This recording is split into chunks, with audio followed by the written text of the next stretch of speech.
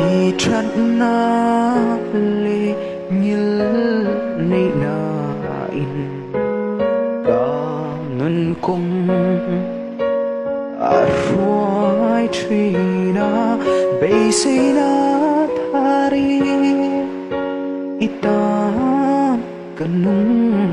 he thin lung hian lalpa chu chuang Rawhse lung ai mi tui ka bia la luang kha cùng khoa tan a ru phai ta he thin lung hian lalpa chu chuang Rawhse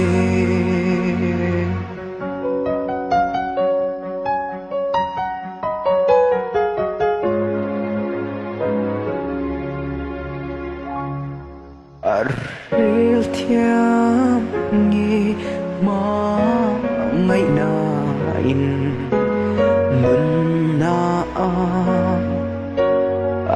ruai trina nam tin khata an luang zala he thin lung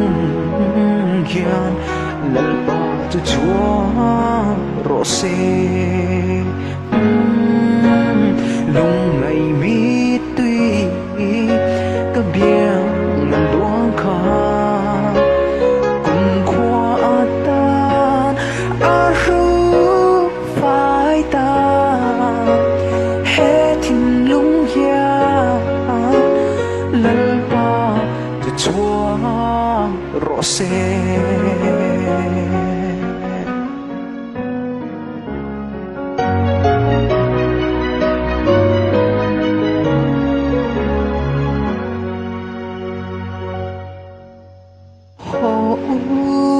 idin thar le ang u sata tu pui ve in lal param zau tu ra chan dam ten hallelujah lal pa chu